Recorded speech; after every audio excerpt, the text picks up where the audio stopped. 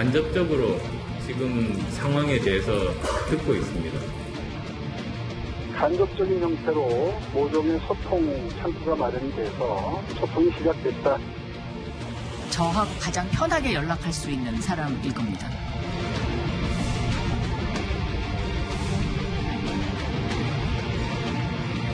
제가 어떤 위치에 있든지 자유민주주의와 국민을 보호하는 데 온 힘을 다하겠습니다.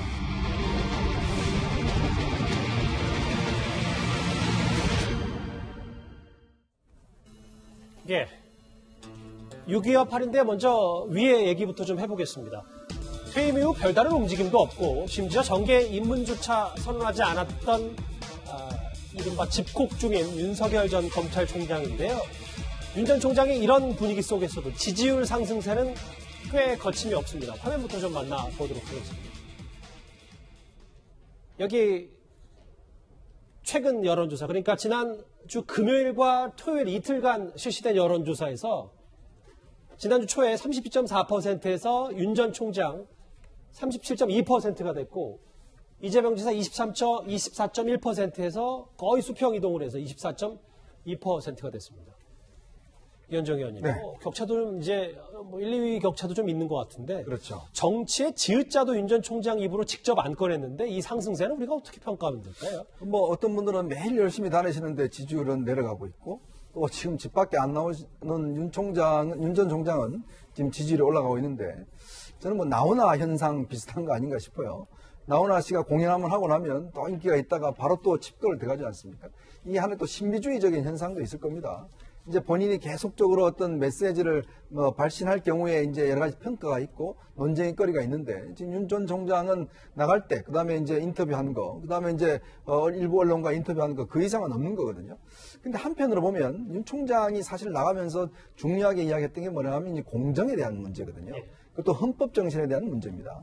근데 지금 현실이 보면 윤 전 총장 나오부터 LH 사태가 터지면서 이 불공정에 대한 문제 국민들이 이제 피부로 실감하게 됐어요.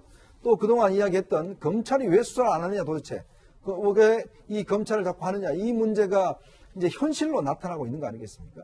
그러니까 즉 국민들이 보시기에 윤 전 총장이 한 이야기가 그래도 맞았네? 설득력이 있네? 이런 어떤 감정들이 있는 거죠.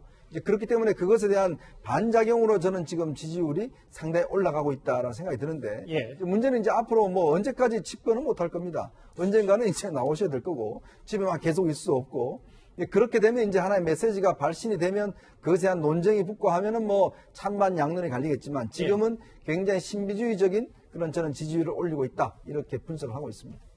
나훈아 씨랑 비슷하다는 분석을 하셨는데요. 네, 조상호 부대변인. 실제로 물론 뭐 사태 직후입니다만 뭐 2주 정도는 이런 흐름이 있는데 생각보다 견고하고 2위인 이재명 지사와의 격차가 물론 뭐 단 한 군데 여론조사 기관입니다만 벌어졌다.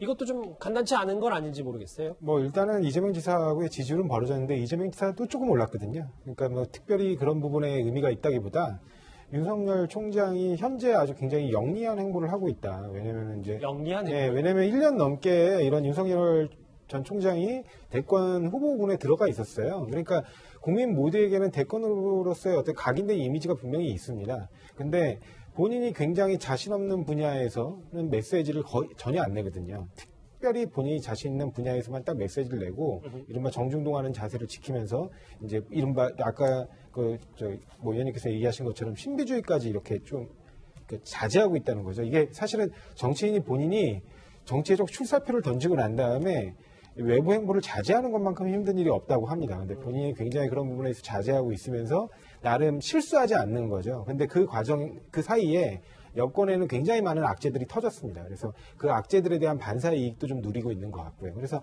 현재까지는 굉장히 영리하게 행보를 하고 있는데 아마 이제 이게 정말 계속 이렇게 침묵할 수는 없는 거잖아요. 현실 정치인으로서 활동을 하려면. 그렇죠. 그러면 이제 현실 정치에 뛰어들었을 때 어떤 메시지와 또 어떤 행보를 보이느냐 그 부분에 따라 진정한 평가가 이루어질 것이라고 봅니다. 영리한 이슈다. 그럼 아주 짧게 조상호 부대변인 여쭤보면 이 정도 수치면은 여당에서도 무시만은 할 수 없는 정도의 수치다. 물론 뭐 1년이 남긴 했습니다만 이렇게 받아들여도 되는 겁니까? 굳이 뭐 무시하고 안 하고의 문제가 아니라 왜냐하면 본인이 실제로 정치 현안에 적극적으로 뛰어들지는 않고 있기 때문에 그걸 억지로 끌어낼 필요도 없다고 봅니다. 알겠습니다. 이도하 변호사님. 예. 바뀔 다음 화면을 저와 같이 만나볼 텐데, 근데 실제로 이제 보수 쪽에서는 뭐 야권의 중진 의원들이 어떤 얘기까지 쏟아내고 있냐면, 이제 국민의힘에서 가장 다선 의원인 정진석 의원은 윤 전 총장이 대선까지 정진을 하면 범야권의 통합 후보로 가능하다. 그리고 홍준표 의원도 차기 대선 시기가 이재명 지사에서 윤석열 전 총장으로 갔고, 국민들이 현 정권에 대한 염증이 큰 듯. 이 두 분석 다 동의를 하십니까? 네. 그리고 이 두 분은 사실 지역 기반이 있는 분들이에요. 정진석 의원이나 홍준표 의원이. 그러니까 지역 정서를 일정 부분 대변하는 것도 있는 것 같아요. 그러니까 뭐 사실은 국회 부의장급이고 당대표도 하셨고 이러니까 다선 의원들이니까 정치적 경험에서 우러나는 얘기기도 하지만 지역 기반에서 우러나오는 얘기기도 하다. 이런 말씀을 드릴 수 있을 것 같고요. 정진석 의원은 사실 항상 충청 대망론을 펴시는 분이거든요. 그래서 윤석열 전 총장에 대해서 더 기대가 크신 것 같고요. 제가 아마 1월달, 2월달 저희 방송을 하면서 이제 항상 대권 후보로 있으니까 윤석열 전 총장에 대해 얘기를 하면서 이제 그 국민들이 광야의 초인을 바라고 있는데 그거를 투영하고 있는 것 같다 이런 말씀을 드렸던 것 같은데요. 그러니까 어떤 정부에 대한 반감 그리고 아까 이제 뭐 김태훈 변호사는 분노 이런 표현을 쓰던데 그런 부분에 대해서 이제 반사체라고 볼 수도 있겠지만 그걸 대변하는 어떤 그 반문 정서 내진 반정부 정서, 정부에 대한 견제 이런 걸 할 수 있는 그런 사람이라고 지금 투영을 하고 있어서 지지율이 올라가는 것도 있는 것 같아요. 그래서 사실 좀 여기 여론조사 전문가도 있는데 제가 어리석은 얘기를 하나 하자면 오늘 윤석열 전 총장이 이제 어느 여론조사 기관에서 지금 37.2%가 나왔죠. 예, 근데 문재인 대통령의 지지율이 딴 여론조사 기관에서 거의 비슷한 숫자가 나왔어요. 37% 그죠? 그러니까 이게 뭐 데이트 크로스인지 뭐 같은 여론조사 기관이 아니니까 명확한 건 아니지만 그게 이제 일반인들한테는 이게 뇌리에 박히는 거죠. 그러니까 37%라는 게 사실 이제 대선을 바라볼 수 있는 게 되는 거죠. 이제 40% 가까우면 전체 득표율 생각하면 그죠? 이 정도면 이제 대선을 바라볼 수 있는 사람이 확실히 된 거고요. 그다음에 이 윤석열 전 총장이 아까 뭐 영리하다 이런 말씀을 하셨는데 메시지를 일정 부분 내면서 그 부분이 국민들한테 반사체뿐만 아니라 발광체로서 국민들한테 그런 부분을 얘기를 심어주는 것 같아요. 본인 스스로 빛을 낸다. 예, 시대 정신을 반영하는 게 일정 부분 국민들한테 와닿는 표현이 있었던 거예요. 저한테도 와닿던데 너무 소탈한 표현이긴 한데 공적 정보를 도둑질해서 만국 범죄다. 뭐 이런 얘기는 확 와닿으니까요. 그것도 내용도 있었다. 발광체로 그런 말씀을 드리고자 합니다. 이덕 변호사님 말씀 잠시만 정리해보면 아까 저희가 두 가지 여론조사를 봤는데 대통령의 현재 지지율이 40% 밑으로 떨어진 것과 윤 전 총장의 앞서 만났던 지지율이 30% 후반대를 간 거가 물론 뭐 동등한 여론조사 기관에서 한 건 알지만 연관이 없을 수는 없다. 근데 장혜철 평론가님, 그런데 여기 뭐 정진석 의원과 홍준표 부수석 의원, 야권 의원들 말고도 다음 장을 좀 볼까요? 실제로 친박의 의원인 김재원 전 의원은 지난 주말이었습니다만 괴물이면 어떻고 악마면 어떻냐. 윤 전 총장이라도 안고 가서 이 정권을 끝내야 된다. 글쎄요. 왜냐하면 박근혜 전 대통령을 구속시킨 뭐 장본인으로까지 불리기 때문에 이런 부분에 대해서는 친박계에서도 뭔가 발상의 전환이 좀 있는 겁니다. 그 부분이 사실 윤석열 전 총장이 가지고 있는 약점 중 하나로 많이 거론이 되었습니다. 강성 보수 지층이 보기에 박근혜 전 정부에 대해서 적폐 수사를 직접 나서서 했던 윤석열 전 총장을 어떻게 보수의 단일 후보로 품어줄 수 있겠느냐. 이게 결국 걸림돌이 되지 않겠느냐. 그리고 만에 하나 다음 대선 이전에 문재인 대통령이 박근혜 전 대통령을 사면하게 된다면 그게 내부에서 윤 전 총장을 지지할 수 없게 되는 보수 분열의 단초가 되지 않을까 하는 우려들이 있었던 건 사실입니다. 하지만 최근에 나오는 여러 여론조사 결과를 보게 되면요. 대구와 TK 지역, 박근혜 전 대통령의 정치적 고향이죠. 이 대구와 TK 지역에서 마저도 윤 전 총장에 대한 지지율이 전국 평균보다 상당히 높다는 걸 알 수가 있습니다. 잠시만요. 저희가 그 여론조사는 준비가 안 돼 있기 때문에 다른 부분을 너무 많은 보도로 기사 헤드라인이 나왔기 때문에 아마 대다수의 시청자분들이 이 헤드라인을 대다수 신문 기사로 보셨을 것 같아요. 그러한 결과들이 나와 있기 때문에 사실상 박근혜 전 대통령에 대해서 상당히 우호적인 감정을 가지고 있는 핵심 보수 지지층이나 TK 유권자마저도 정권 교체를 위해서라면 과거의 어떤 해묵은 감정보다는 지금 실용적인 선택을 해야 된다. 전략적인 선택을 해야 된다. 이 판단을 이미 내리고 있어서요. 서로 박 전 대통령이 대선 이전에 사면이 된다 하더라도 이 부분이 새로운 분열이 될 가능성은 이제는 많이 옅어졌다고 보여지고, 사실 보수 유권자들은요. 정권 교체가 절실할 때 전략적 선택을 했던 전례가 있습니다. 예. 그것이 과거 이명박 대통령과 박근혜 대통령이 대선 후보로 만났던 경선 시절에서 당심은 압도적으로 박근혜 전 대통령을 지지했어야 되는 게 맞지만, 보다 확실한 정권 교체를 위해서 노무현 정부 말기에 많은 분들이, 보수 유권자들이 이명박 전 대통령을 선택했었거든요. 그 같은 실용적 전략적 선택의 투표 경향이 이미 보수층에서도 나타나고 있다. 그래서 이번에 서울시장이나 부산시장 경선 결과를 보면 좀 광성파 이미지가 있고 강경한 이미지가 있는 분들이 부산과 서울 양쪽에서 결과가 썩 좋지 않았어요. 이런 결과들을 보게 됐을 때 저는 윤 전 총장이 나온다고 해서 보수 민심, 또 핵심 당원들의 민심이 돌아설 거라고 볼 가능성은 상당히 낮다고 여겨집니다. 예. 이 질문은 잠시 숨을 좀 고르고 이걸 이현정 의원님께 질문을 드려야 될 것 같아요. 이게 오늘 중앙일보 보도, 최근 보도 가운데 하나가 뭐 연기 아닌 연기를 해보자면 서결아 괜찮냐라고 했더니 아버지 신경 쓰지 마세요. 제 걱정을 하지 마세요. 물론 뭐 정확히 이런 말로 했는지는 저희도 모릅니다만 일단 이런 대화가 오고 갔다는 보도가 나왔거든요. 실제로 이 의원님이 들으셨을 때 이 윤 전 총장의 여러 가지 기질과 성격이 아버지의 영향이 컸다라는 분석도 뭐 이런 보도에 나오는 것 같습니다. 뭐 그렇습니다. 이 윤기준 교수, 그러니까 윤석열 총장의 아버님이 이제 연세대 그 통계학과 이제 교수였어요. 이분 같은 경우도 원래 이제 일본 유학을 갔다가 당시에는 석사학위만을 가지고 이제 교수가 됐습니다. 근데 이제 지금은 박사학위가 있어야지만 교수가 되는데, 당시에 이제 석사학위가 있는 분들이 이제 교수분들이 조금만 그 뭐 이렇게 하면 박사학위 받을 수 있으니까 윤 교수한테도 그렇게 해서 그냥 박사학위 받읍시다라고 이야기를 했는데, 윤 교수는 내가 그런 방식으로 해서 박사학위 안 받는다. 그래서 끝끝내 그렇게 어떤 면에서 박사학위를 안 받고 본인이 석사학위만을 가지고 이제 교수직을 끝내셨어요. 근데 이제 이 윤기준 교수도 굉장히 학생들한테는 굉장히 엄한 그 교수님으로 잘 알려져 있습니다. 특히 학점이 짜다는 걸로 많이 알려져 있어요. 그만큼 철저했다는 것인데, 사실 윤 총장이 이제 총각 시절이 꽤 오래 걸렸지 않습니까? 9년 동안 사법시험 했죠. 또 그 이후에도 총각을 오래 보냈죠. 또 이게 아버지하고는 그렇게 뭐 우리가 보통 보면은 아버지와 아들 사이를 그렇게 말을 자세하게 하지 않지 않습니까? 그렇지만 지난번에 이제 추미애 장관과 갈등이 있을 때, 그때 워낙 이제 걱정이 돼서 뭐 괜찮냐 했더니 이제 윤 전 총장이 신경 쓰지 마세요. 걱정 없습니다라고 이야기를 했다는 거거든요. 뭐 윤 총장의 평소에 스타일 자체가 그렇게 뭐 자잘한데 신경 쓰는 스타일이 아니어서 그런 뭐 대화가 오고 갔다는 게 이제 막 같은 파평 용신 이제 윤여준 전 이제 장관의 입으로 이제 나온 것 같습니다. 그만큼 뭐 부자간에는 지금 아마 윤 총장의 어머님은 옛날에 이화여대 교수를 하셨어요.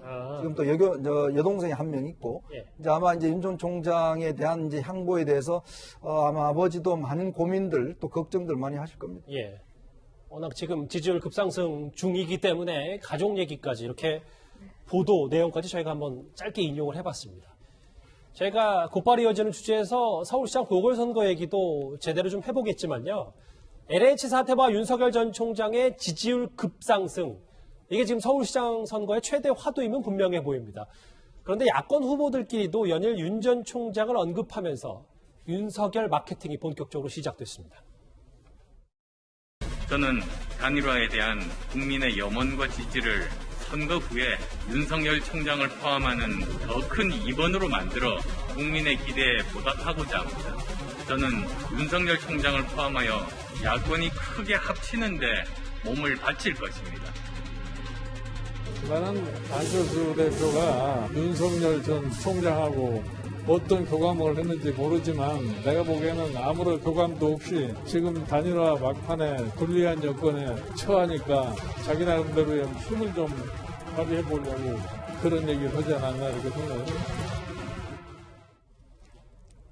이다 변호사님 보시기에도 윤석열 전 총장을 제일 많이 언급하는 사람이 정말 안철수 후보며, 안철수 후보가 지금 단일화 국면에서의 뭔가 본인 스스로의 좀 더 힘을 끌어들이기 위해서 윤 전 총장을 활용한다. 동의하십니까? 예, 일정 부분 그런 부분이 있는 것 같은 게, 지난번 방송할 때 저희가 말씀드렸었지만, 박영선 후보도 사실은 윤석열 전 총장이랑 인연이 오래됐어요. 이제 법사위에 오래 있었고, 법사위원장을 했으니까. 그리고 지금 국민의힘에 있는 여러 의원들도 윤석열 전 총장이랑 인연이 깊은 사람들이 많죠. 권성동 의원도 어린 시절을 함께하고, 이 정도로 아주 오래된 인연을 가지신 분들도 있는데, 이제 그쪽에서는 오히려 그렇게 마케팅을 하는 것보다 오히려 안철수 후보가 사실은 그 알게 된 시기라든가 이제 그 인연의 길이라든가 아니면 기간이라든가 이제 두터운 정도를 보면 제일 좀 인연이 빈약하다고 할 수도 있을 텐데 마케팅을 제일 많이 하는 거 아닌가. 그러니까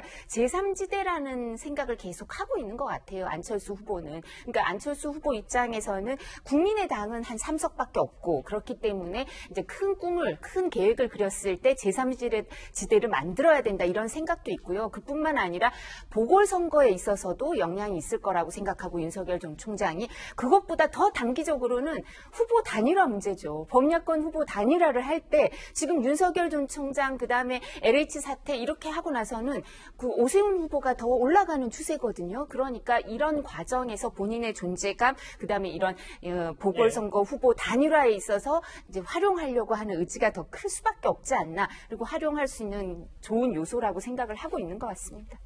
조 부대변인. 근데 실제로 제3지대 얘기가 이도하 변호사님 잠시 언급을 해주셔서